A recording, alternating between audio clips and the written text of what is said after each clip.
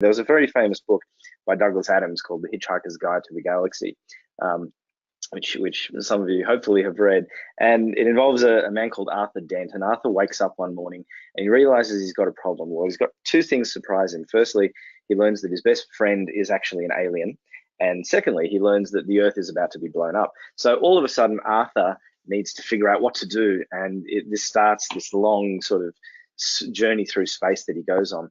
And I kind of saw some similarities between this and sort of the work that we do when we do an investigation, because often we're put into a situation where we need to investigate something. Something's happened and we're trying to figure out, well, where's the evidence going to be? What do we do? Where do we go? How do we sort of navigate our way through this confusion of trying to find the evidence to build our case?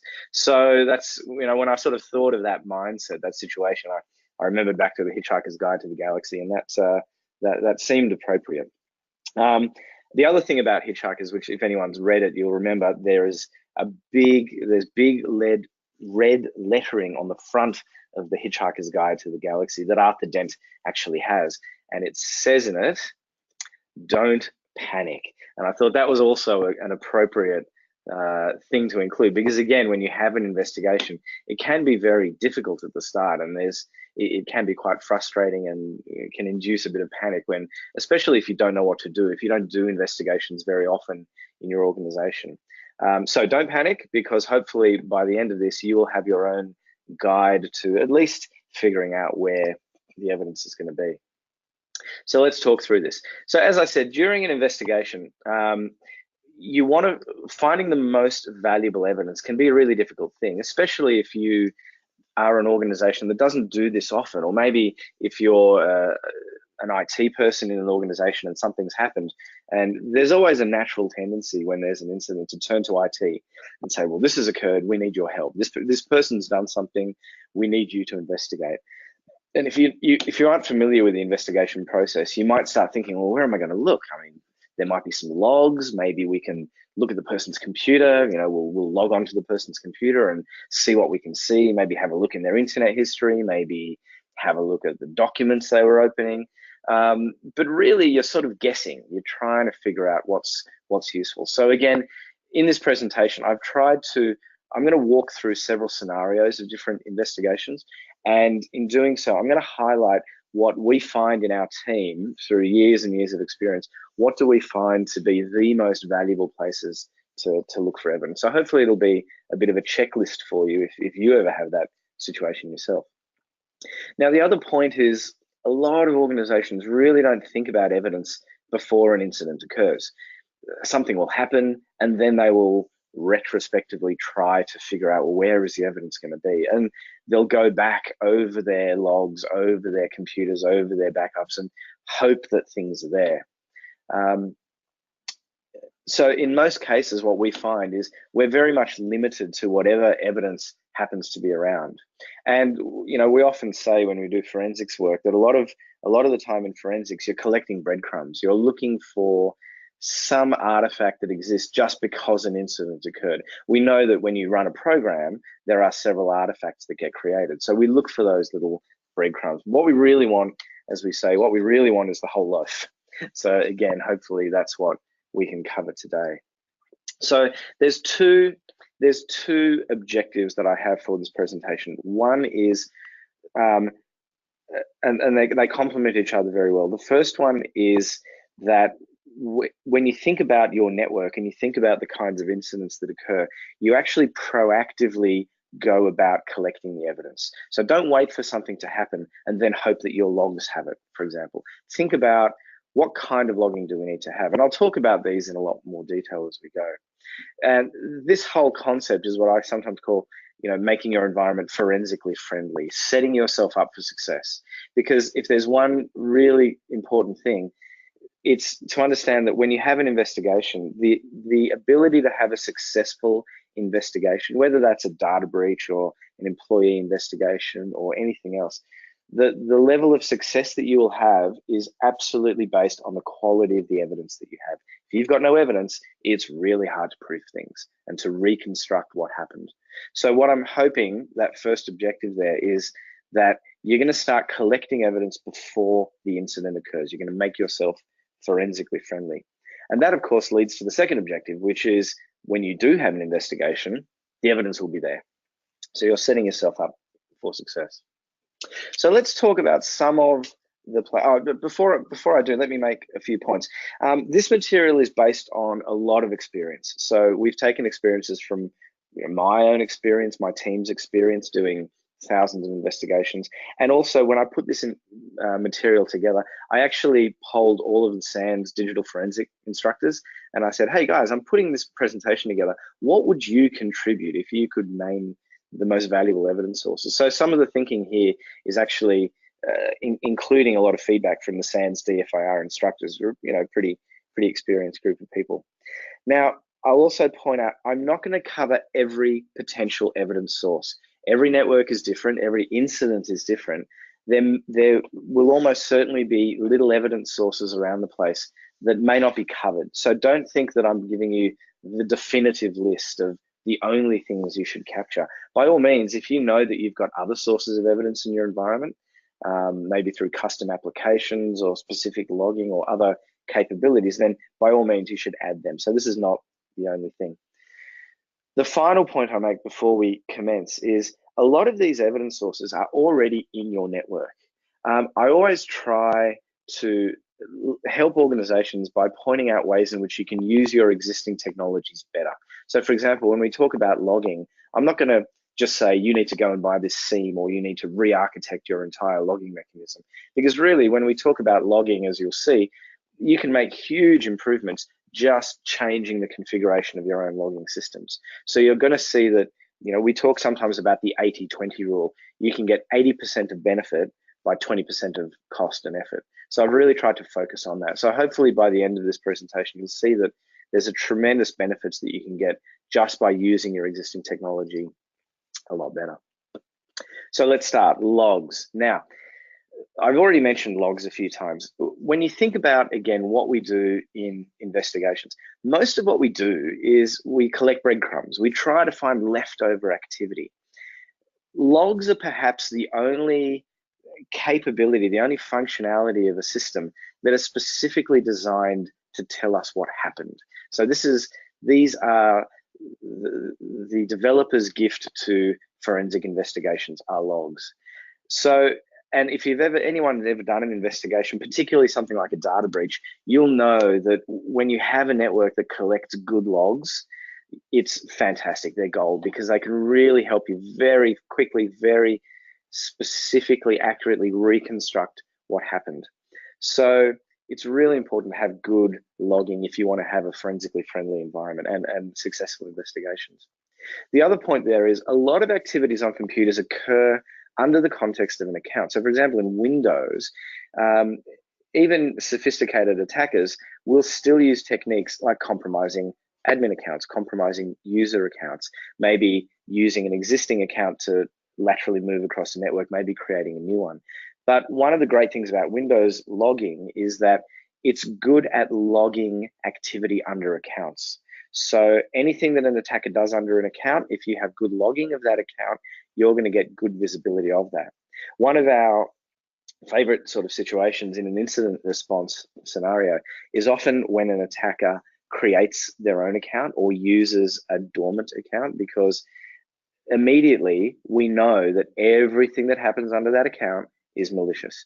And you'll know that one of the most difficult things when you're doing an investigation is trying to distinguish between what a normal user is doing and what an attacker is doing. But if your attacker chooses to use a separate account, you get really high visibility of that just by enabling your Windows logging better. So I can't emphasize enough how useful logs are. Now, which logs should we be interested in? So these are some of the most valuable logs from the endpoint perspective. And I'm going to talk about network logs a little later on. Firstly, the security logs. Now, security logs, and again, I'm going to focus a lot on Windows. We'll touch on some other systems, but given that a lot of the environments we work on are very heavily Windows-centric and a lot of compromises occur at the Windows sort of operating systems, we tend to give that more focus for us. So in Windows, at least, the security logs are especially useful for, again, user activity, account activity. When users log in, when they authenticate, you get log entries. By the way, that's 2 separate entries. If you ever do an investigation, you'll know that every time a user logs on, you should get at least 2 events: log on and authentication. If an account gets created, you should see that. If an account is manipulated, you should see that. If a user logs in or does anything with special privileges, like an administrator, you'll see that. And the best thing about security logging in Windows is all those things I've mentioned so far are on by default. So that's a real benefit for anyone that wants to track this, and perhaps in a network where you haven't done anything extra to enable logging, you'll know that those things should be logged by default. There's one in there called object auditing. Now, object auditing is not on by default, but again, that can be really valuable. So, for example, if you have network shares in your organization and you have certain directories where you have very confidential information, maybe board papers, R&D, pricing information, you'll probably already be restricting access to those. Well, you should be. If you're not, then you've got some other issues to deal with. But you should also consider logging access to those directories, maybe successful or maybe failed attempts, because just by enabling that, you are creating, again, evidence that you can use in an investigation. So if someone inappropriately accesses those network shares, you're going to get logs of it. If someone is on your network, maybe an attacker or a rogue employee, and they're trying to get that confidential data, if you have object auditing turned on, then you're going to be able to detect that. So security logs are really, really valuable. Now, the next one, system logs, especially good for any manipulations that happen to the system configuration. So some obvious ones: installing malicious services. It's a very common technique still for an attacker to install a service or to manipulate a Windows service in order to gain persistence, to let their malware keep running. You should see that in the system logs. Now, again, if you've done an investigation, you'll recognize that some events will occur in multiple logs. So, for example, if an attacker manipulates a Windows service, you should see the service entries for that in the system logs, but you should also see corresponding security entries in the security logs. So if they use a privileged account, you might see the authentication and the use of that privileged account. And that's really useful, especially if you have, for example, an attacker or an adversary, and they don't think about all the different places where evidence is stored, or maybe they don't know. They might try to cover their tracks in one place, but not be able to do it elsewhere. And often we can find an adversary and we can follow them around a network by finding those mistakes that they make. They try to cover their tracks in one place, but not everywhere else. Covering your tracks it can be quite a difficult thing to do, because there's always little techniques you can do. You can clear event logs, you can get rid of prefetch artifacts and other things. But the biggest difficulty with covering your tracks is always, how do you know you've covered all your tracks? Do you know that when you have that interaction with the system as an attacker, do you know all the places where your evidence gets left behind? So a few other ones that are really useful: remote access logs or terminal services logs. RDP is still a very common, very popular way to move around systems. Also a very popular way to compromise systems. We very frequently see cases where organizations have external RDP access going in, and it might be for employees who are working remotely, or it might be for IT contractors. Maybe they have external IT support or other folks that come into their networks. RDP is still a very common mechanism. Now, again, when you make RDP connections, you're going to get activity in these remote access logs, these terminal services logs. So they can be really valuable for showing those connections and disconnections. Again, you should also see corresponding authentication events in the security logs. So RDP connections making multiple events in multiple logs.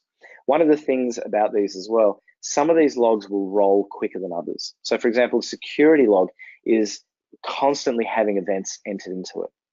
If this log is not being retained and backed up, then those events can last in that log for perhaps a short amount of time, maybe days, maybe a week or so, depending on the volume of traffic.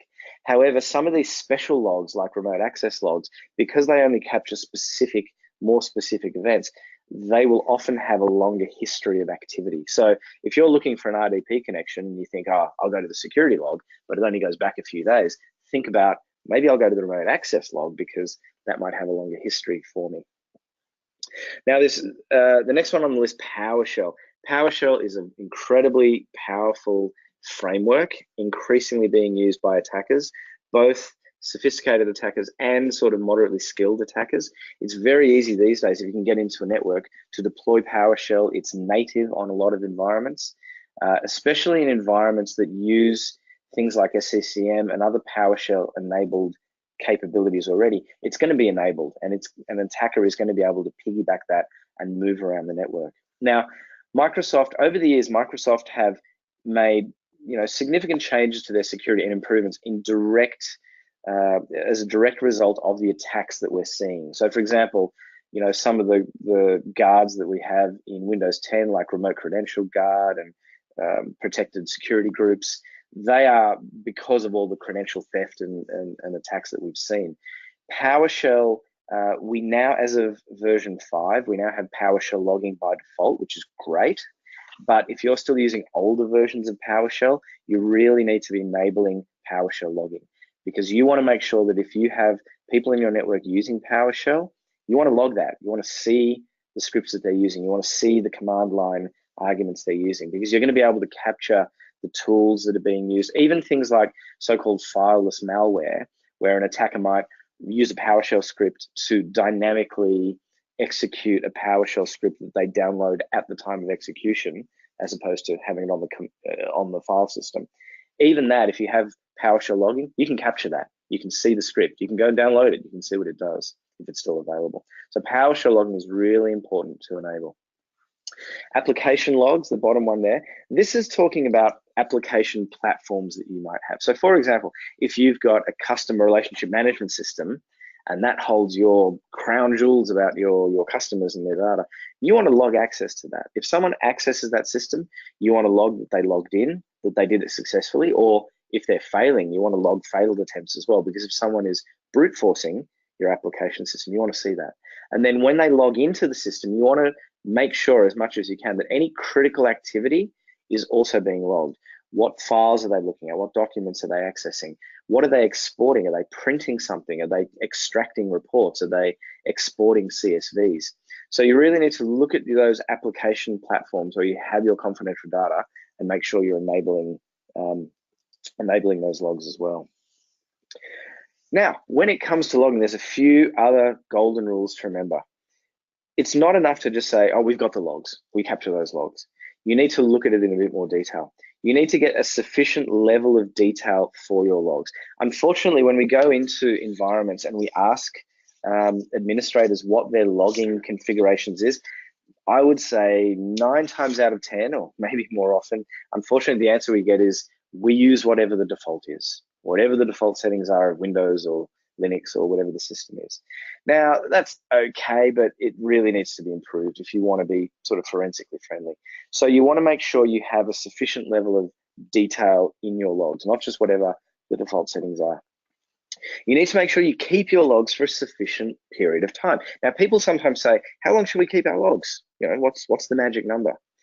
There is no magic number, but the way to deal with it is think about how long would it take to detect an incident?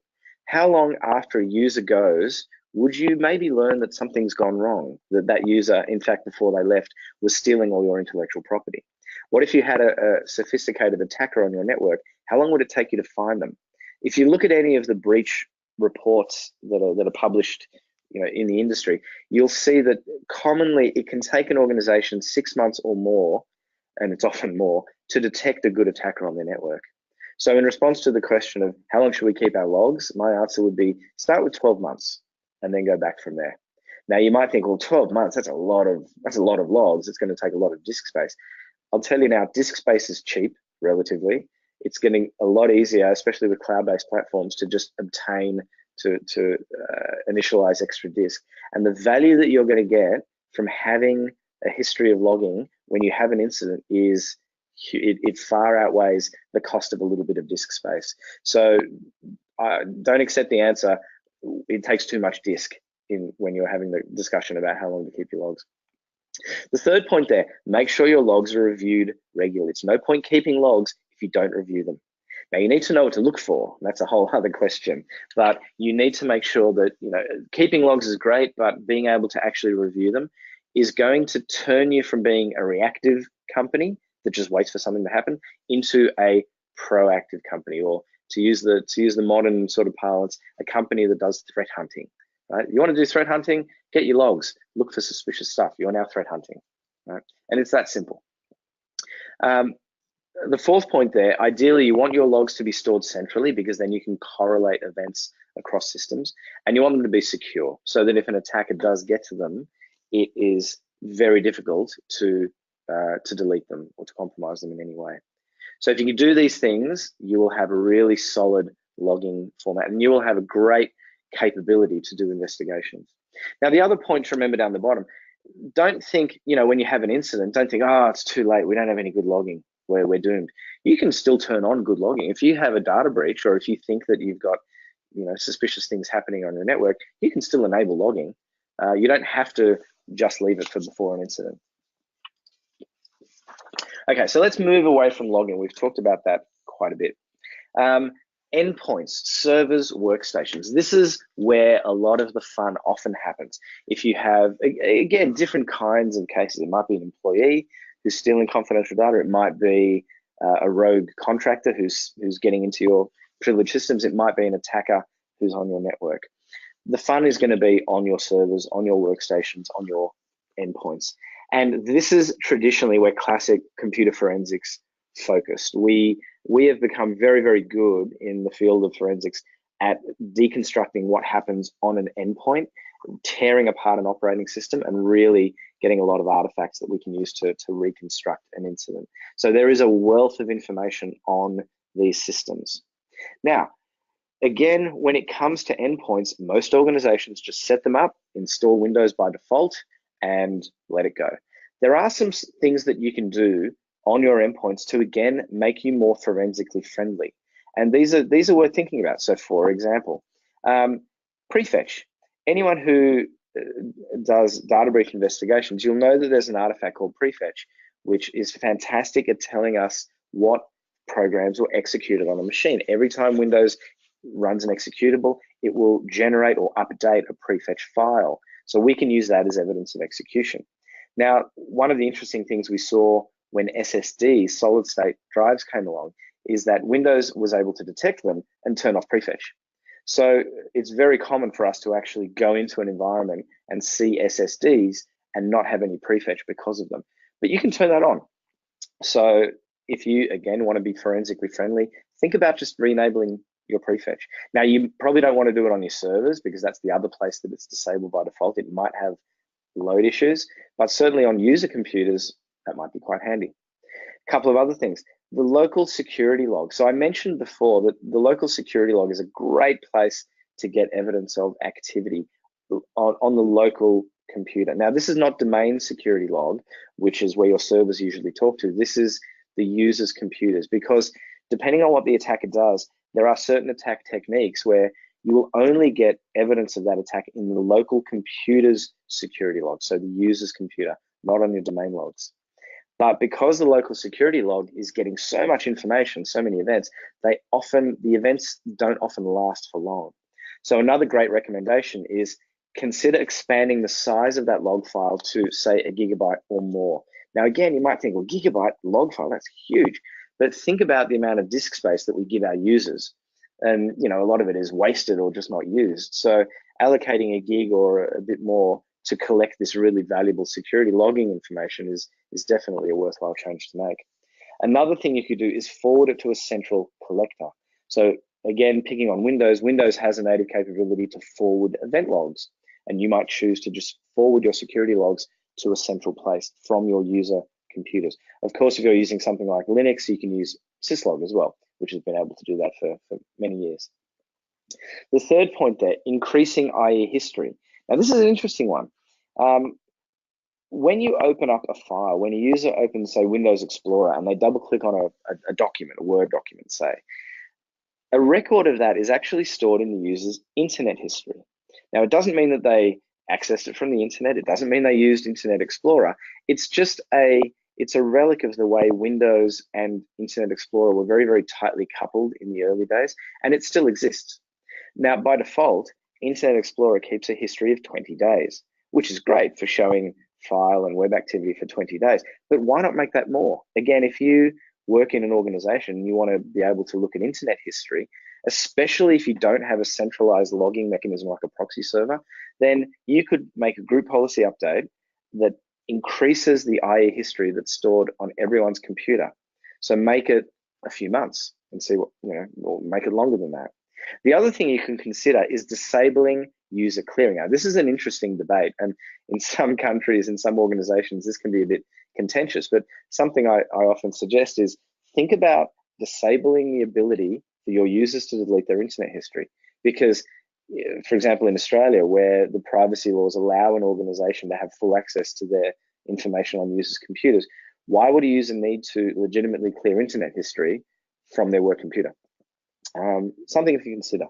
And again, if you do that, you're creating great evidence that you can use in investigation. The fourth tick box there, enable volume shadow copy, or at least don't disable it. Volume shadow is a great capability that Windows uses to make regular snapshots of the operating system disk. So by default, you should get a volume shadow roughly every week, but you can have gaps there because sometimes it doesn't get created for various reasons. But when you have volume shadows enabled, you have a weekly snapshot of a computer. So say you've got, again, a user doing something malicious for several weeks, and then before they leave the company, they clean up. If you've got volume shadows on that computer, you can roll back their computer to how it looked in the previous weeks, and you might recover information about or evidence of their activity before they cleaned it up. That is absolutely gold when you're talking about the value of evidence in a case. Or if you've got, say, an intrusion where you've got a hacker on your network and they're moving around, they're doing things, and all of a sudden they realize they're detected and they start cleaning up. If you can go back to volume shadows of your compromised machines, you can reconstruct that attacker's activity. Now, I mention this because we do sometimes have organizations who, when we look at the computers, there's no volume shadows. And we'll ask them, is that strange? Because attackers can also delete volume shadows. It's quite simple if you know what you're doing.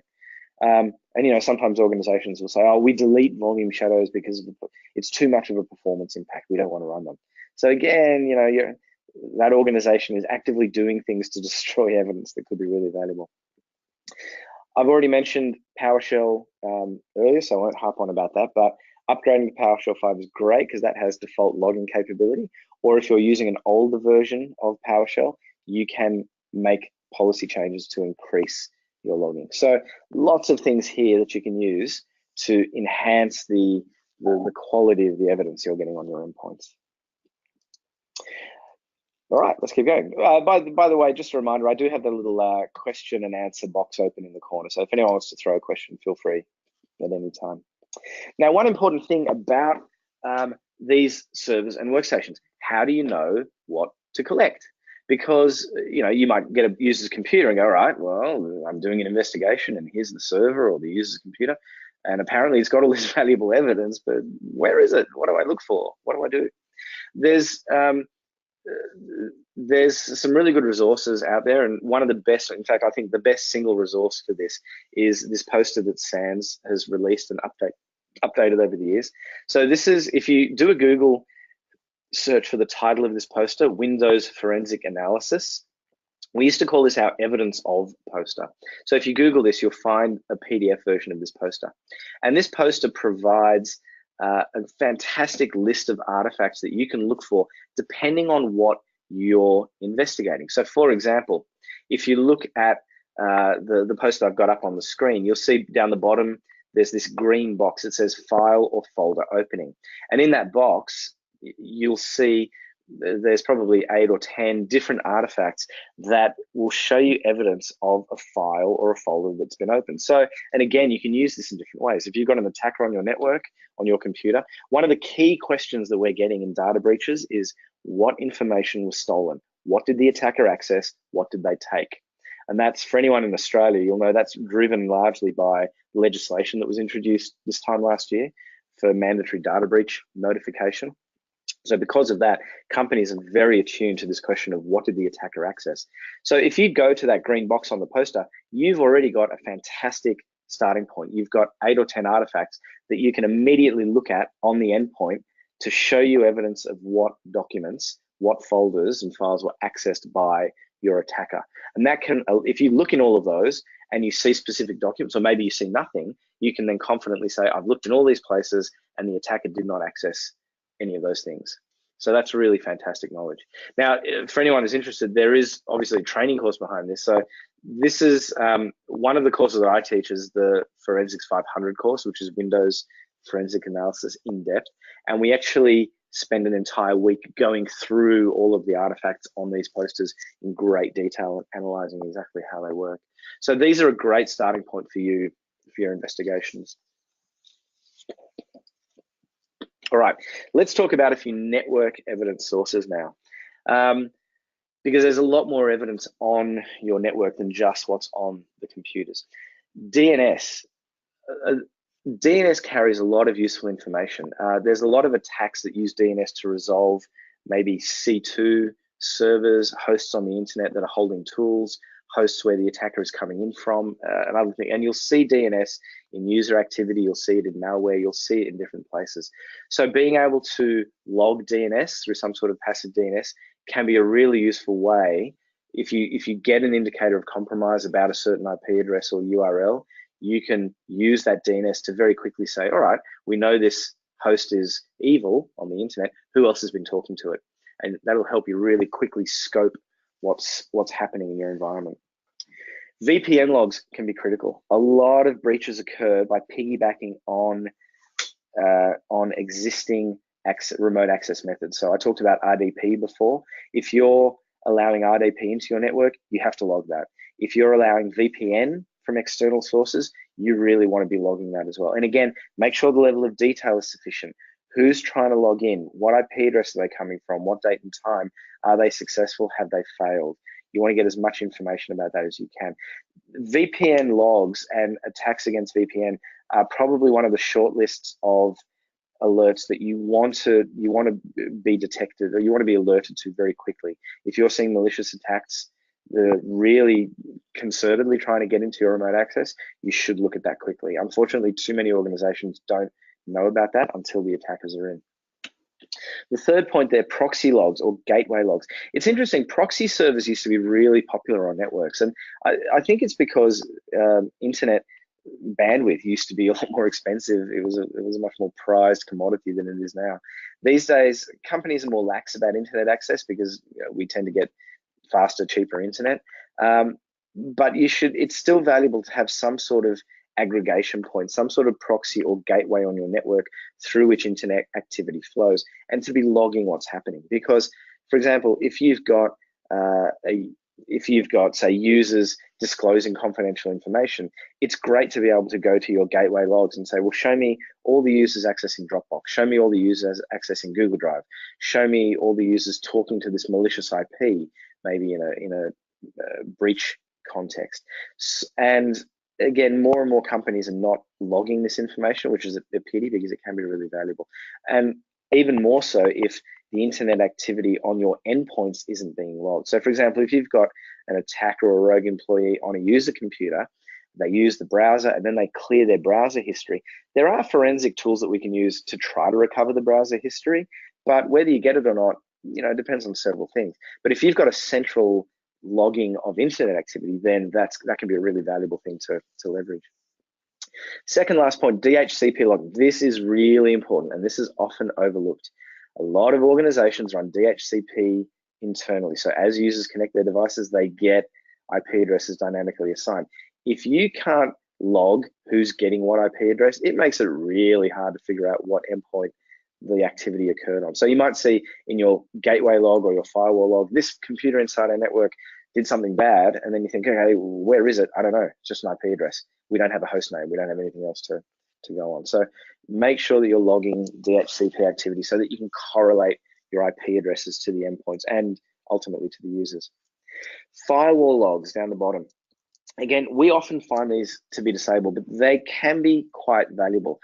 You probably want to see failed accesses into your network. So now there's going to be a level of attack that you just always get on your perimeters. So you may choose to filter that out. It's good to still review it every now and then, but for more concerted attacks, like people trying to get into your VPN or to get into particular internal servers, the firewalls can be great places to put a choke on that and also to log that information. Firewalls can also be really valuable during an incident. So for example, and especially if you don't have other logging enabled, if you're you're analyzing a user's computer because you think it's been compromised, you find some malware, you look at the malware and you see that it calls out to a certain host or a certain IP address. And you might think to yourself, geez, I wish we had some network logging, then we can see who else is talking to it. Well, you do have some network logging. It's called your firewall. So create a firewall rule, and from now on, make sure that any other computer on your network that talks to that IP address, you get alerted to it straight away. Let that run, and you will see if there's still activity from other computers going to that external host, you're going to see them quickly. So your firewall can be a really useful investigation tool, even if you haven't got it properly set up before an investigation. A few other things that are worth thinking about: full packet capture. Now, not many organizations do this. We do it internally, and we have some clients who do it, but we capture every single packet that goes across the network. It is incredibly detailed. It gives you huge visibility into what's happening on the network layer and the ability to really understand what's normal on your network, what's suspicious, and to quickly hunt for things that look malicious and look a bit weird. Storage is obviously a consideration. If you're a medium or large organization, this is a huge amount of storage to keep full packet capture. But you don't have to necessarily keep it for a long time. It may be that what you do is have full packet capture going back for a certain number of days or weeks, or as long as you can store. And then maybe you have less voluminous traffic like NetFlow. So NetFlow, if you're not familiar, is like a summarized logging of connections. So it's not the full packet, but it's a summary. So it allows you, because it's only a summary, it allows you to store it longer because there's going to be less volume. It doesn't give you the same level of detail, but again, in a compromise, it can be hugely valuable to go through. It's worth mentioning a tool called Security Onion, which we use quite a bit internally, and is a fantastic platform. If you want to get into some of this network evidence and network monitoring, go to Security Onion, download a copy of it. You can fire it up and get it installed in 10 minutes, and you will have a very, very powerful network collection intrusion detection capability at your fingertips. There's great information online about how to get it up and running. There's tutorials and there's great information, and it's one of the best ways that I've seen to very quickly get an insight into how powerful network forensics and network collection can be. It's also worth mentioning on the network side for cloud-based systems. Now, I don't talk about cloud platforms a lot in this presentation because in many ways you can treat them like servers, like endpoints, but depending on the cloud platform you have, there can be other capabilities as well. So for example, if you're using AWS, there's a great feature in AWS called CloudTrail, which will allow you to log activity in your AWS console, which you can use for security monitoring later on and investigation. Another fantastic source of information about this is obviously SANS have a great network forensics course written by Phil Hagen, and you can go out and Google the network forensics and analysis poster, and this has some great information as well and links to some resources too. You'll also, and you can see, for example, some of the data types that you can get on the network, what they are, how they work. There's also a Linux distribution that Phil very, very carefully, he's really dedicated to putting together. It's really fantastic. It's called SOFELK, SOFELK. I should have put it on the slide. But if you Google SANS Network Forensics, you'll see it. It's a VMware distribution, Linux distribution, and it has a pre-built Kibana and ELK dashboards for log ingestion and for log analysis. So again, if you want to collect network log evidence and start analyzing it and start hunting and investigating, then SOFELK is a fantastic resource. It's worth you checking out. All right. I'll talk about a few other capabilities, and then I'm going to spend just a little bit of time sort of summing up a bit by talking about some different kinds of cases. So some other capabilities that you're going to want to have to do good investigations across the network. I've already mentioned centralized log collection and analysis. That is hugely beneficial. You can use just native Windows log forwarding for that. Windows will forward logs with some very simple configuration to a receiving Windows box. You could use a cloud-based tool like Elastic Cloud, which is fantastic. You can install a simple program onto your endpoints. It will start shipping off copies of your logs into an Elastic Cloud AWS platform, and you can use the Kibana front end and start analyzing there. And of course, I've already mentioned things like Security Onion, which there's a component in Security Onion that can look at local logs as well. It uses a tool called OSSec, which you may have heard of before. So some great capabilities there. You're going to want some sort of enterprise-wide software deployment. When you go into a network, you're going to want to push stuff out onto endpoints.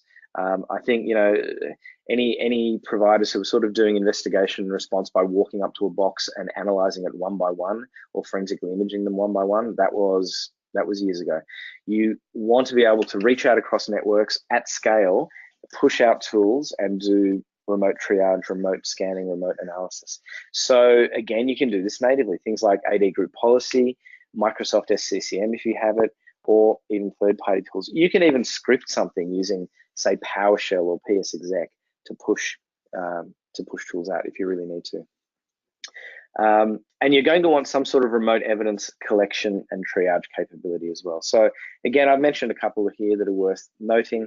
Velociraptor is an open source tool, which is really worth looking at. We're doing quite a lot of work with the Velociraptor developers at the moment. It's sort of the next generation of the Go platform that was built within Google to do incident response at Google. So that's worth looking at, and it's purely open source as well. It's got some great OSSec capability, and it's also got its own query language, VQL, Velociraptor Query Language. If you want to look on the commercial side, then one that I'd recommend having a look at is Fresponse. We use Fresponse. It's sort of like the go-to tool if you want to make a connection across a network, and it just works. And it's usually pretty fail-safe, and it gives you great visibility on to the underlying disk and the memory on that endpoint. And then you can layer whatever forensic tools you want on top. So I've mentioned X-Ways here. We use X-Ways quite a lot, but once you've got that F-response connection, you can put anything you want on top of that. So we've talked a lot about capabilities. Let's talk about how we actually use them. So here I've got some slides that are some examples of investigations, and we're going to look at what kinds of evidence are most useful. So firstly, internal investigation. So this is where you might have an employee misconduct or some sort of workplace incident, or maybe theft of confidential information, which is very, very common incident for organizations. Where are you going to find good evidence? So the employee's computer is going to be really important. Make sure you preserve it. One of the key recommendations I always make to organizations on this threat is when a staff member leaves, image their computer, even if they leave under good terms, because you might not know. In 6 months, you might find out that they've gone to a competitor and they've got your customer list. And then you're going to want to go back and look at, well, what were they doing on their computer, you know, in that last couple of weeks? So make sure you image the people's computers when they leave. The employee's mobile device, if it's a company issued device, you want to get a forensic image of it or preserve it. Make sure you get the PIN. You know, we'll sometimes do investigations where we're given an employee's mobile device, and it might be days or weeks after they've left, and we don't have a PIN code. Now, you can get into some mobile devices these days. It can be very expensive. It can fail, and it can take a long time. So ask for the PIN. And again, I note that there are people logging into this call from around the world. So obviously local laws about privacy and access you also need to consider as well. The third point there, email archives. Email is still a valuable source of evidence, sometimes to get direct evidence of an incident, but sometimes it might be just to look at conversations where people are discussing a certain incident or a certain issue that's under investigation. So make sure you're capturing evidence and capturing deleted messages as well. If you use Exchange, this can be as simple as enabling journaling on Exchange. If you're using Office 365, there's a few capabilities. There's retention, and there's also litigation hold, and they have different capabilities. So again, look at your Office 365 environment and just see if you're capturing emails. This will create disk, it will require disk space, so you do need to obviously consider that. But again, my view is always that the value of the evidence when you need it far outweighs the cost of the extra disk space to keep it. So don't accept we don't have enough disk as a good excuse for not capturing evidence. Application logs, as I've said before, if you want to investigate your employees' access to systems and confidential data, it's going to be in your applications, your payroll system, your finance system, your customer relationship management, etc. Proxy logs, as we've said, great for internet history, VPN logs for remote access. So if we had to choose the top sort of 6 or so evidence sources for an internal investigation, these would be the ones, because this is where we tend to get most bang for our buck. What about business email compromise? So this is the classic case where an organization will get an email saying, please pay the invoice that we just sent you to this bank account, or here's a new invoice for our services, please pay straight away. These can be incredibly costly. In Australia, the average size of these ones that we see is at least $100,000. We've had cases of these go well into the millions, so 8-10 million plus. So they can be incredibly costly. They are also, we notice, becoming more litigious. So there are more cases where the parties that are involved in this, the people sending and receiving emails, and sometimes their insurers as well, are starting to take legal action to recover losses. So for this reason, it's becoming really valuable to keep the evidence. Our team was involved in the first such legal case in Australia last year, where two parties sued each other in court over whose responsibility it was to pay. And the judge basically said, well, once you need to engage these people to do a forensic investigation, and whoever they say got compromised is the person that's responsible. So the whole case, and it was quite a valuable case, came down to proving where the compromise occurred. So it's important to capture evidence in these cases if you want to be able to recover from them. Now, where are the most valuable sources of evidence for business email compromise?